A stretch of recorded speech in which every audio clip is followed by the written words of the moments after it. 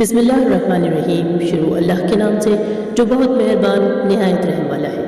حدیث صحیح مسلم 5262۔ نبی کریم صلی اللہ علیہ وآلہ وسلم نے فرمایا کہ تم میں سے جو کوئی بھی جب بھی کبھی اپنے گھر میں داخل ہو تو اسے چاہیے کہ اللہ کا ذکر کرے، یعنی بسم اللہ پڑھے اور پھر گھر میں داخل ہو،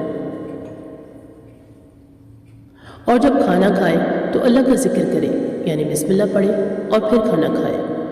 تو شیطان اپنے ساتھیوں سے کہتا ہے کہ یہاں نہ ہمارے ٹھہرنے کی جگہ ہے اور نہ ہی ہمارے کھانے کے لیے کچھ ہے۔ اور اس کے برعکس اگر تم میں سے کوئی بھی شخص گھر میں داخل ہو اور اللہ کا ذکر نہ کرے، اور جب کھانا کھائے تب بھی اللہ کا ذکر نہ کرے، یعنی بسم اللہ نہ پڑھے، تو شیطان اپنے ساتھیوں سے کہتا ہے کہ اس گھر میں ہمارے لیے رہنے کی جگہ بھی ہے اور کھانے کا سامان بھی، لہٰذا یہیں پر ٹھہرے رہو۔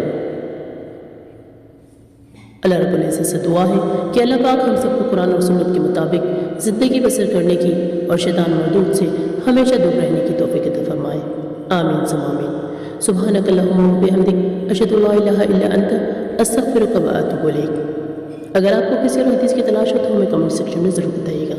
اس کے ساتھ ہی ہمارے چینل کو سبسکرائب کرنا نہ بھولیے گا۔